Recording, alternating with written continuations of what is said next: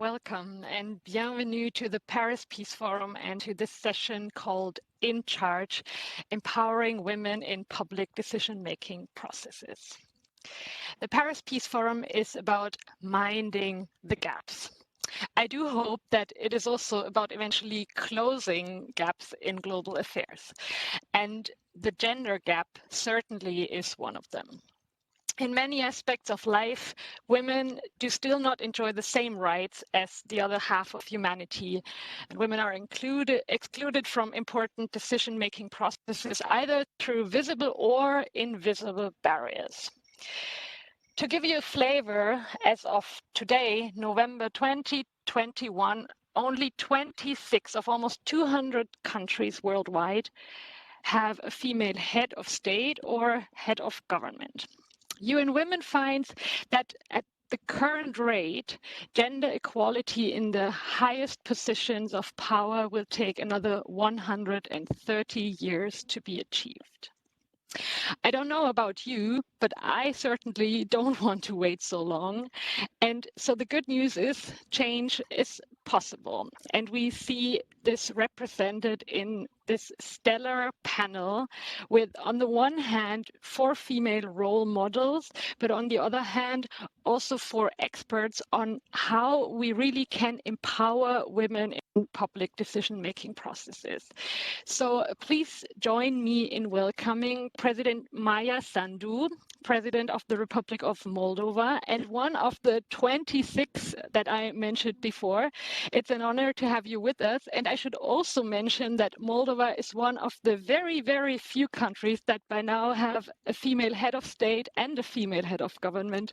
So thank you for being with us today. We also have Fatme Masri, a project director with the Arab Reform Initiative. It's an initiative that runs one of the selected governance projects of the Paris Peace Forum this year. It's called Supporting Arab Women at the Table. It's great to have you with us. Welcome. We also have Brigitte Elisabeth MARKHAM, who is the Executive Director at NZAU for Community Development, another organization that runs one of the selected governance projects. It's called Economic Justice on Women's Land Rights, and it operates in Kenya, Nigeria, Uganda, and Zimbabwe. And last but certainly not least, we have Mildred NZAU, who is an inclusion specialist with the International Foundation for Electoral Systems and a governance specialist with the AU-EU Youth Cooperation Hub. And I'm mentioning this because this was one of the projects selected in the very first edition of the Paris Peace Forum in 2018. So welcome to you as well. My name is Ronja SCHELER. I'm a program director with Körber Stiftung, one of the founding members of the Paris Peace Forum. It's my great pleasure to chair this conversation today. I would like to remind all of us that we have 45 minutes for this topic, and so quick and spicy answers are much appreciated so that we can cover as much ground as we can. And also, I would like to invite our audience out there to submit your questions through the Q&A function on the Paris Peace Forum's digital platform. I will try to include as many as I can throughout the conversation. But let's start right away with a question to President Sandu. I think the COVID pandemic that we're in almost 2 years now has shaken many of the pillars on which the current system rests. And if I look back to the past 20 months, I think this claim of building back better was really big. And there was much hope that we could, improve on many of the issues we had found not sufficient before. But looking to gender issues, I think there was more of a drawback, in fact, and we are not in a very good position at this moment in time. But nevertheless, I want to start the conversation on an optimistic note. And I would ask you, when you look at the current situation, what gives you hope that we can change things for the better? Well, thank you very much for offering me this opportunity to speak about the women leadership situation in Moldova. And I have to say that we have made some progress in the recent years in Moldova. As you have mentioned, the head of state for the first time is a woman, myself, the head of the government, the head of the Constitutional Court, the Minister of Interior. So for the first time, some of these positions are positions in which we have strong women. And to me, this is a sign of change in the society, because for some of these positions, women have been nominated. For some of the positions, women have been elected. And this is an encouraging development. Also, I'd like to say that we have today in the parliament slightly more than 40% of women representation, which was never the case before. So this is an important development. And we also have 1 in 5 mayors women. So in terms of the leadership positions, the Moldovan society has become more open. And I can share the experiences that I had during the election campaigns, because I created a party together with my colleagues a couple of years ago. I was elected as the as the chairwoman of the party, and I had the opportunity to talk to people and to understand whether they believe that women can lead the nation, whether women can solve big issues. And it was quite an experience when some of the people would say that they trust women more when it comes to fighting corruption, for instance. And I did win the presidential elections on an anti-corruption program. So what I would say is that in our society, there is more recognition for the professionalism, for the courage of women. Of course, there are many things, and there are problems, gender issues that we've been facing for many years. For instance, in Moldova, we've been facing the issue of violence against women. And I'm happy to say that a couple of weeks ago, we have ratified the Istanbul Convention, which is just the first step. There is the gender pay gap. And then there are the issues related to the COVID situation, which have worsened the gender issues in many respects. But my country is an example that if we have the courage, if we support each other, if we talk to the people, there is a way to get more women in leadership positions. Thank you so much for these initial thoughts. If I may, I would like to follow up with one question. You mentioned the Istanbul Convention that Moldova just joined in October, or the parliament ratified it in October. And I would be interested, because we're talking about global governance here at the forum, but we're including actors from all levels, like local, national, and international. And I would be interested in your views. What do you think, what's the role of such international governance frameworks in inducing domestic change? How can they help?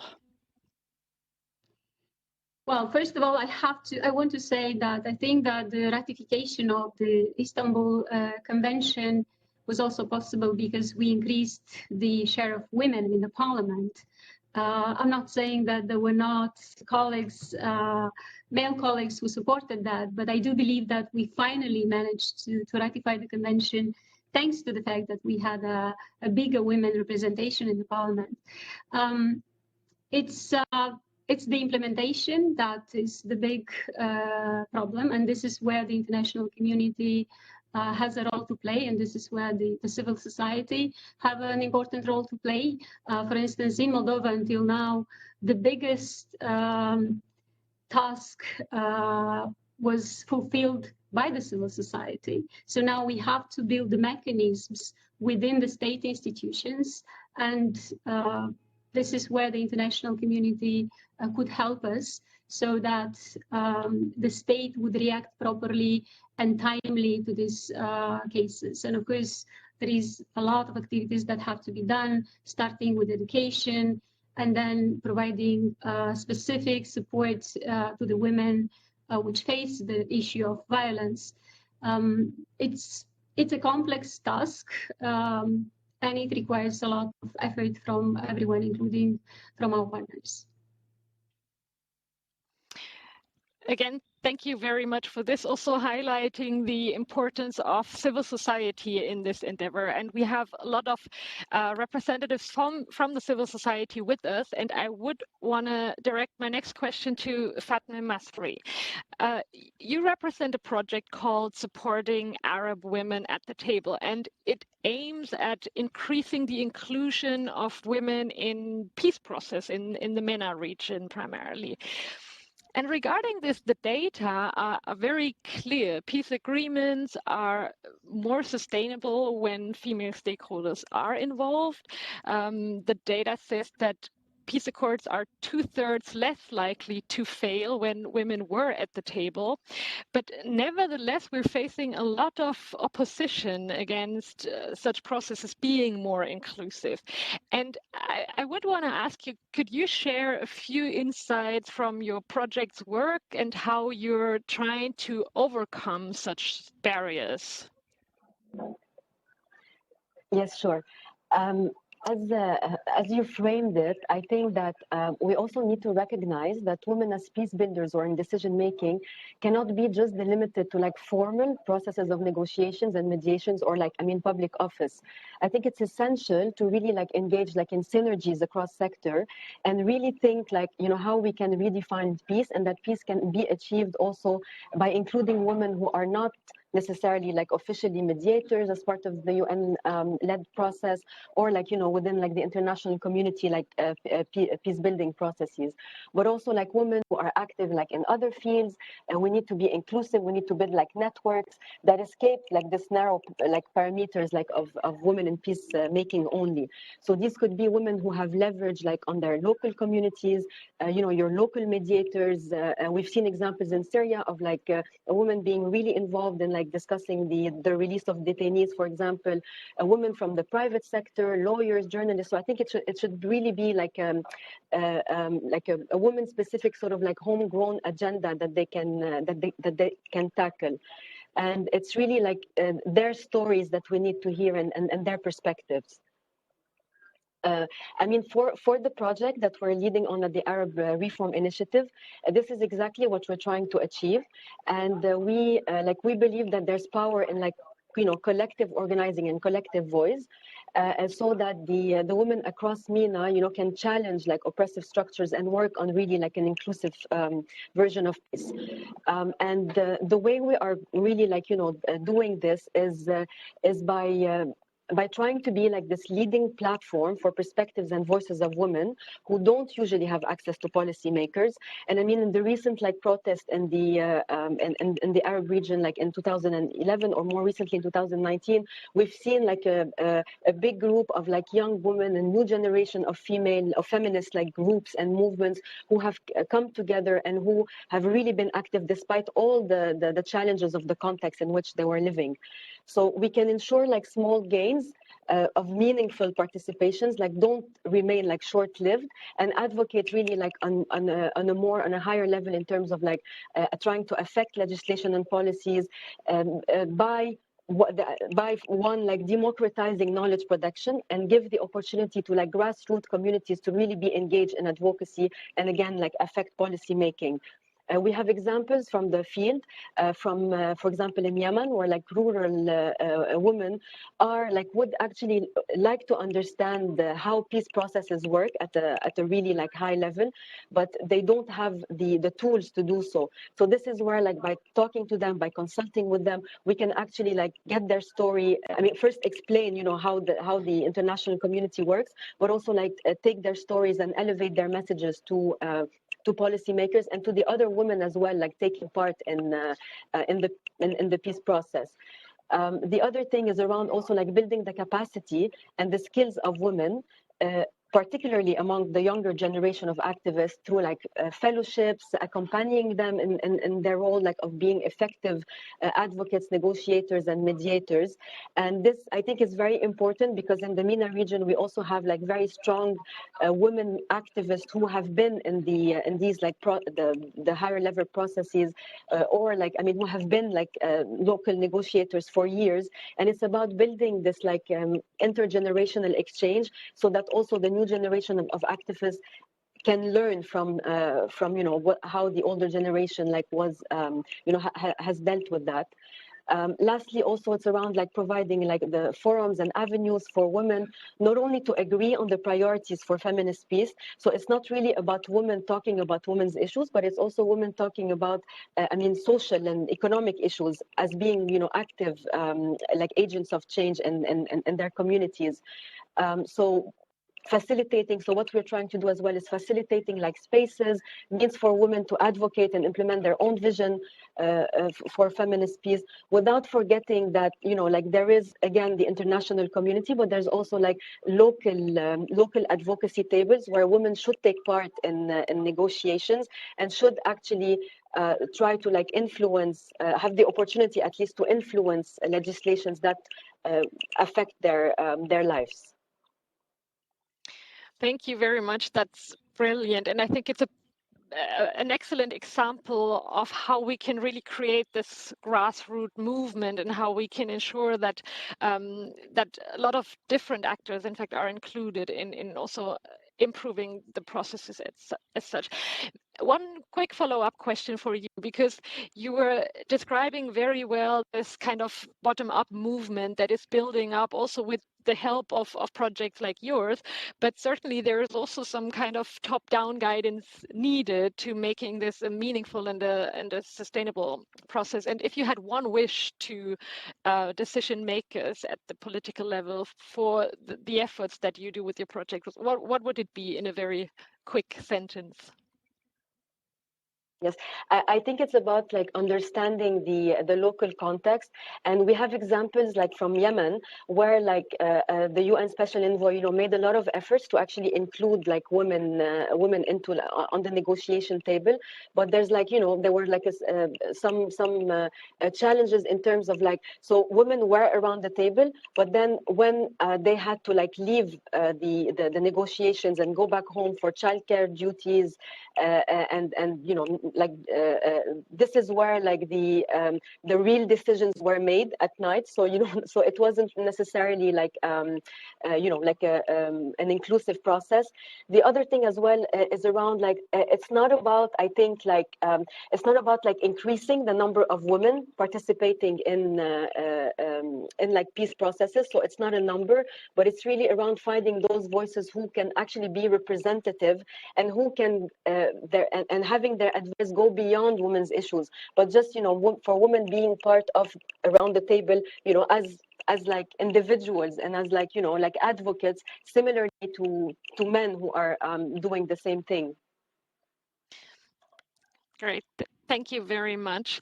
I think local context was a very good keyword that leads me over to our next panelist, Elisabeth MARKHAM. You're also a project leader, yet operating in a very different region and also with a different project focus. Your project is called Economic Justice on Women's Land Rights, and it aims at increasing women's access to land rights and thus control over their livelihood, essentially.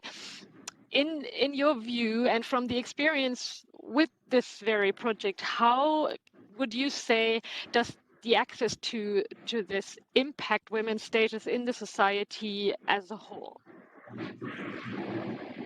Thank you very much for this opportunity to speak to you today. Women in Africa remain significantly disadvantaged with regard to their land rights, even if they are recognized as the primary users or workers of the land. They often lack ownership or control of the land or its economic outputs. So focusing on land rights created a unique pathway. For example, within our own project, over 5,000 women who then participated in this particular project, of which over 1,000 women gained tenure in legal ownership documents of land. So the women who gained land-based collateral, for example, is now used for land-based investment and expansion for female-owned household enterprises, which is generating land-based income from agricultural production and sales and other sales incomes, for example.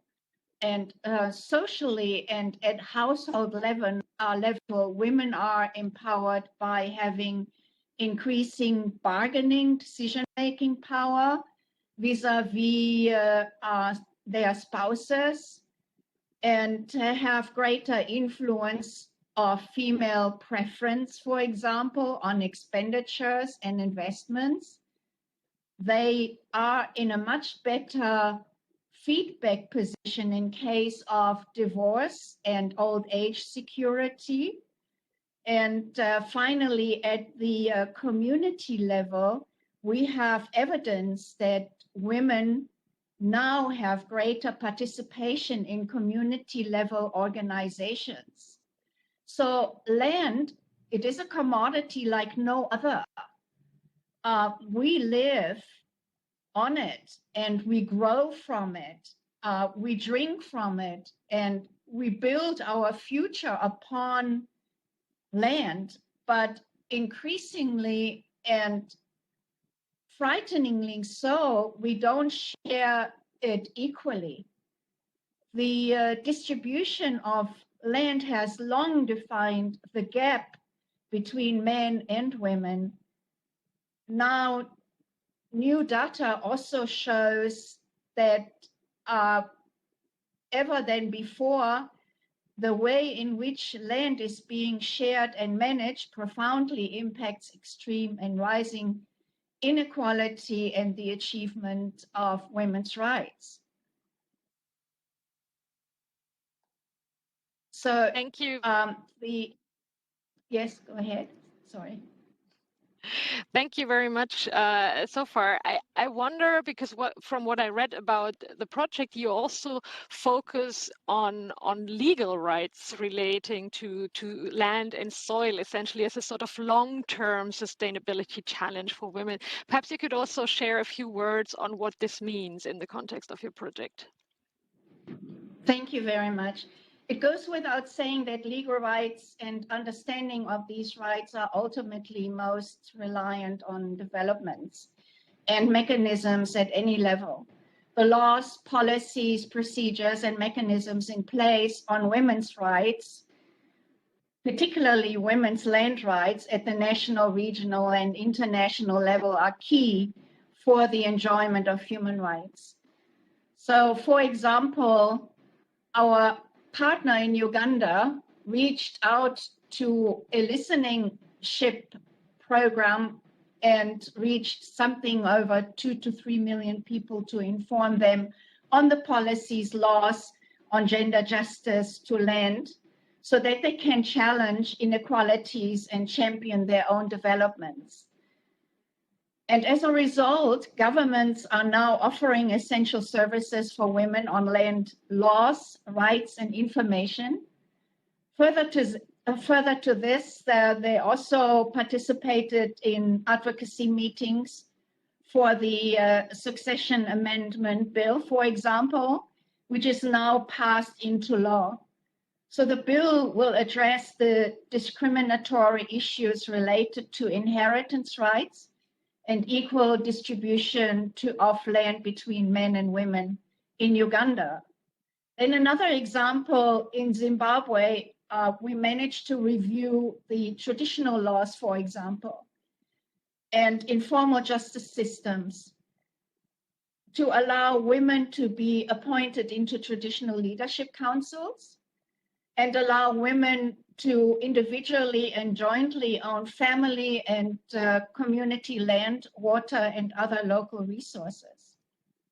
So in Kenya also, we engaged the county attorney in legislators and traditional leaders to pass a policy on land leasing for small-scale farmers that they initiated. And then finally in Nigeria, it was also reported that a myriad of policies, including the localization of women's access to loans, were all reviewed to facilitate budgeting allocations that encourage women's access to resources.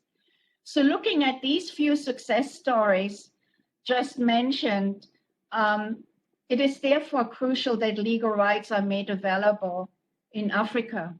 Rural women and their communities lack legal knowledge on statutory rights among women and communities.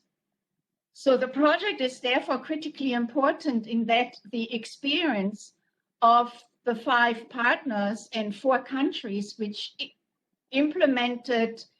was implemented showed that through women's land rights, legal education and capacity building on land rights and policies and laws, sustainable development goals and other frameworks that were supported localized, women gained knowledge and utilize it to their own benefit and that of their families and communities.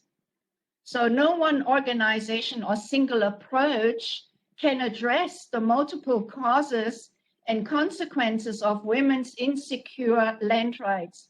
So this is why this consortium has dedicated to revive as well a regional platform in 10 African countries.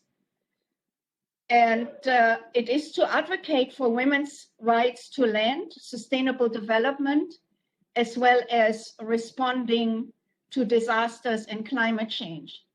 So thank you very much, Elisabeth. I'm afraid I will have to cut you short a bit because we're running out of time, and I would like to give Mildred NZAU also the opportunity to comment, but thank you very much, Brigitte, for highlighting the great successes that you have already achieved with your project.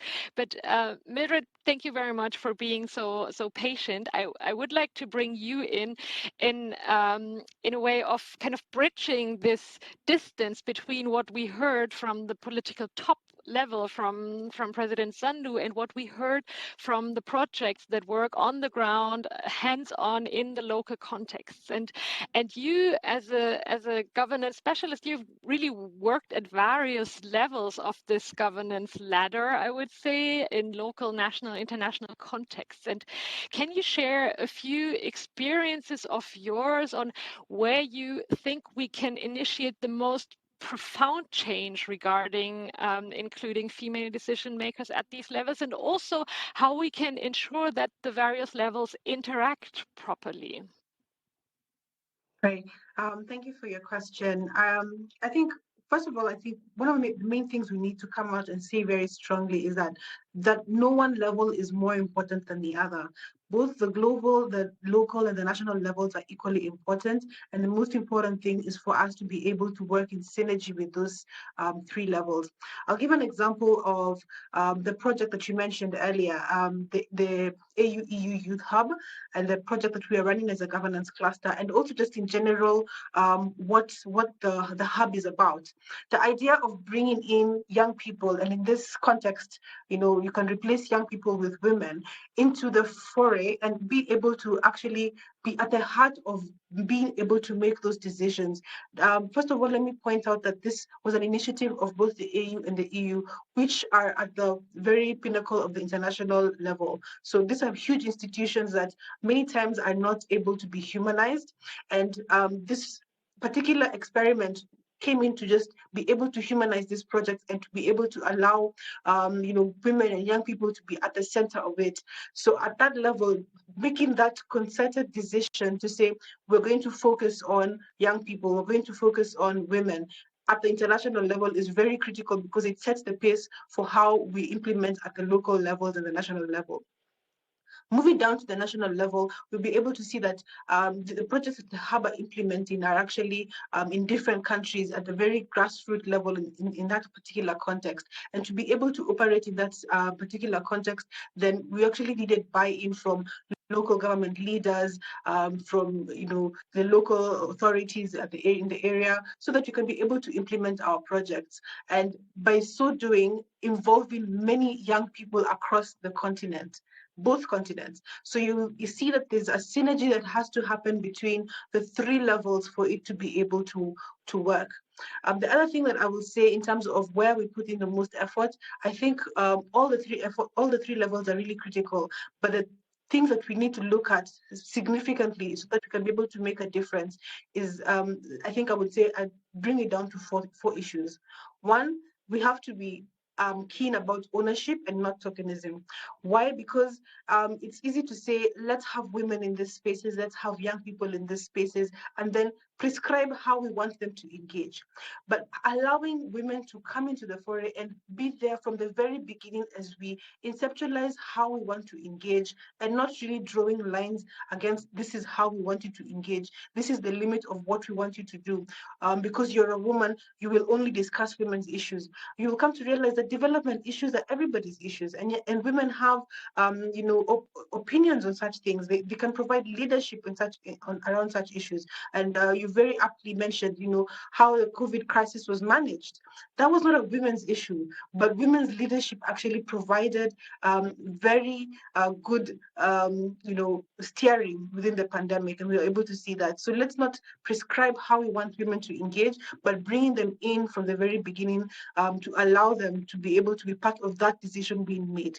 The second thing I would talk about is the platforms, having platforms for women to be actually able to raise their voices.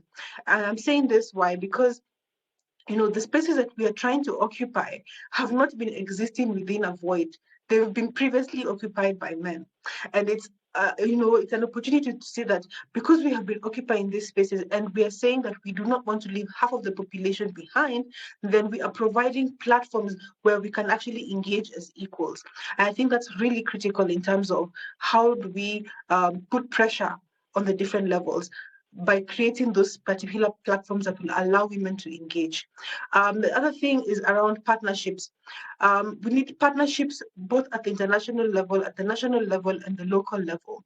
Partnerships because patriarchy did not happen overnight. And that means we will not be able to, rid ourselves of patriarchy, in the next 1 year or so. You shared the data from UN Women earlier, and you can imagine how that looks like. But what we really need to do is to be able to work together to dismantle these norms that have allowed patriarchy to thrive, and be able to bring in both genders so that we can be able to lift each other up. Male allyship is really important around these issues. And the other thing that we need to do is really link the finance. We need to stop talking and start funding these activities. I'm so glad that we have the projects that have been selected here to be represented, that we're actually putting money towards this particular action, because we can talk as much as we want in these sessions and in these forums, but if we're not able to put down the money, it'll be really, we're just talking to ourselves. And that's why I really like what came out of Generation Equality. The action coalitions are actually commitments that are tied to funding, that show a concerted effort at both the international level and the national level, by country member states actually making those commitments to fund these particular projects that will advance gender equality. And finally, I think if we want to have women at the table, we have to be really honest with ourselves and be able to say deliberately we are addressing the issues that really the factors of exclusion. These are the reasons that do not allow women to actually step up and be part of leadership. And we are deliberately addressing that. If we don't address that, we're basically burying our heads in the sand. And I think it will be a counterproductive issue. Thank you very much, Mildred, for this, for being so concrete, and also for reminding us not to bury our heads in the sand. We certainly don't want to do this. Let me follow up with a quick question to you regarding the AU-EU Youth Hub, because I think one important element of the initiative also is that it's a conversation between people from Europe and from the African continent. And I wanted to ask you briefly, what role does this sort of international or intercultural dialogue play, and how does it interact with the role of women's rights and inclusion? Yeah, I think one of the main lessons that we have been able to pull out of our our collaboration is that in as much as we are from different continents, the issues are more or less the same, but they might affect us differently, and that we are able to learn from each other. I'll give you an example of the governance project, which interestingly is on climate governance. And one of the things that we realized is that the issues that the young people are facing in Ireland, which is where we're having the project happening in Europe, are very different to what is happening on the ground in Tanzania, in Tanga. For example, one of the things that is really easy for young people in Tanzania to do is actually engage with their local government and be able to understand what are the issues that they are going through and what they want, what commitments they want to follow up. Now, how the model is phased is that it's a social accountability model, and a lot of these issues are usually championed by men. You know, when you go in the African context, when you look at it, where people are discussing issues that will affect the community, that's a man's issue to discuss. So there's no space for women. So to actually have women on board this platforms to be able to be part of the committees that discuss environmental issues on the ground in Tanga through this project is something that has actually been quite eye-opening for them, and to see that we can actually have a different perspective, not just what we're used to, by having these women on board. And they're actually able to access their local government and follow up on the commitments that the government have made. When you look at the flip side in Ireland, one of the things that they're having a challenge with is actually engaging with their members of local government. Either they will have an opportunity, but they really don't feel like they're being heard. So you would imagine that it would be the reverse, but those are some of the lessons that we are learning as we move along. That even though we are different, we are the same, and that we can apply and borrow lessons from each other across continents. Thank you so much, Mildred. We're almost running out of time, but I want to make sure I include some questions from the audience. So I would like to ask you for brief responses. I'm going to circle back to President NZAU. Thank you for being so patient again. And I'm going to inject a question from Viviana Herrera Silva. I hope I'm pronouncing your name correct. But she said, based on your experience, how can we first of all, make sure that women have the chance to occupy power positions, but also how can we ensure our permanence? What does it take for us to remain in positions of powers once we occupied them? Well, there is no easy way. It's not that the male-dominated politics and management of the country is going to create the conditions for us. So I had to go the tough way. All my male political opponents were saying the society is not ready to vote for a woman. There was a very nasty campaign. There were several nasty campaigns because I won after the second election campaign. There was a lot of hate speech, and this is a very big issue which prevents many women who would want to run for positions. But then you just have to do it. And then, of course, when you come to power, you try to improve the situation for the rest of the women so that it would be easier for them. And I just mentioned that we changed the law. We made it compulsory to have at least 40% representation. And then now we see the decisions of the parliament, which are helping further. But it's, I mean, you just need to accept it's going to be tough at the beginning, but you have to do it. And actually, the Moldovan society proved that the male politicians were wrong when they said that this is not possible. Of course, when it comes to how to make it permanent, it's about the laws, but not only about the laws. It's about the example that you give. So I'm happy to see more women running for offices in Moldova because they are encouraged by the successes we have. But at the same time, I do feel a big pressure because like now, as I said, the president, the prime minister, these are women. So we have to succeed because if we will not succeed, the other women might be judged based on our results. So I do feel this pressure. But at the same time, we're trying to encourage other women to build these coalitions, to learn, and to actually support this idea in the society that women can be good leaders. That's what I would say shortly. Thank you very much also for being so frank and for sharing the pressure that I think many of the women in positions of power do feel.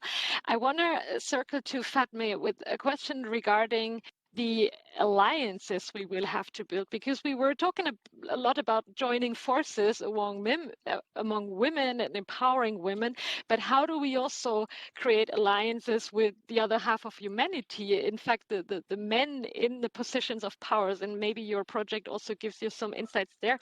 We have a few minutes left, so over to you for a few sentences on this.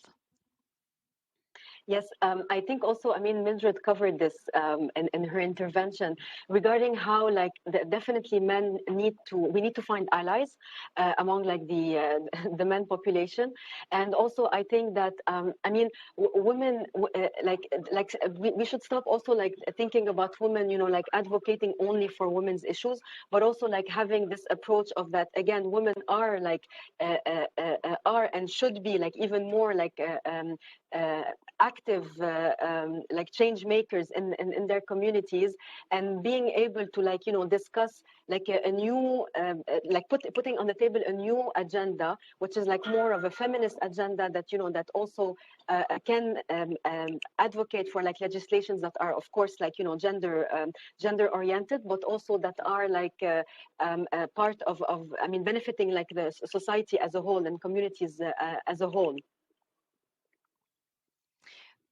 Thank you very much for this response. We have 3 more minutes, and I want to encourage perhaps a few more questions from the audience. I'm still trying to inject 1 or 2. Back to Mildred for another question on the sort of the project linking to the government sphere, because we're seeing a lot of development projects funded in recent years, but sometimes they tend to be a bit detached from the local context. And how can we ensure that the local needs are really met? Thanks for that question. I think one of the main things that we need to do when we're developing this project is not to develop them in isolation of the community. We need to involve the people at the community level so that they can be able to understand what their contribution would mean for this particular project. One of the main successes that we've had in Tanzania through our governance project is that we've been able to involve local government from the onset. So we're not just, you know, preparing a project, finishing it up, and, you know, begin implementation, and then go to local government and say, we've been doing this project and we would like to now engage you as a stakeholder in the project so we can be able to hold you accountable. No. From the very beginning, at the onset, in saying that this is what we intend to do, this is how you can play a role, and that way you find that you get better reception from government, because one of the things with governance projects is that, you know, it always feels like you're holding a gun to the government's head, and that's not something that many governments are willing to, you know, look at objectively. But once we're able to, you know, onboard them early on in the beginning of the project, it's really important for them to understand and also view themselves as stakeholders, and also for the people in the community to be able to understand this particular project that you're coming to implement, not on their behalf, but allowing them to be the drivers of this particular project. So I think that's one of the ways that we need to look into when we talk about governance and development projects. Thank you so much. I'm afraid we're almost out of time. I'm going to use my power as moderator and ask the final question to President NZAU. I have a daughter that is about to turn 1 year in only a few weeks' time, and she certainly does not want to be held back by patriarchal structures. And if you had one piece of advice to give to her and to the many, many other girls out there, what would it be? Well, I would just say that she needs to pursue her dreams, that there are no obstacles that we cannot overcome.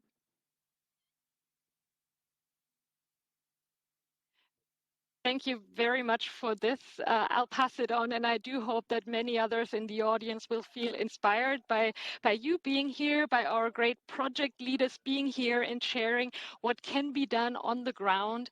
I want to thank you all for sharing your experiences so freely. I want to thank the audience for their questions, for tuning in, and I will use my final power to draw your attention to another session at the Paris Peace Forum this afternoon on a lesson in resilience, ensuring gender equality in the global recovery. It will take place at 4 p.m. this afternoon, so make sure to tune in.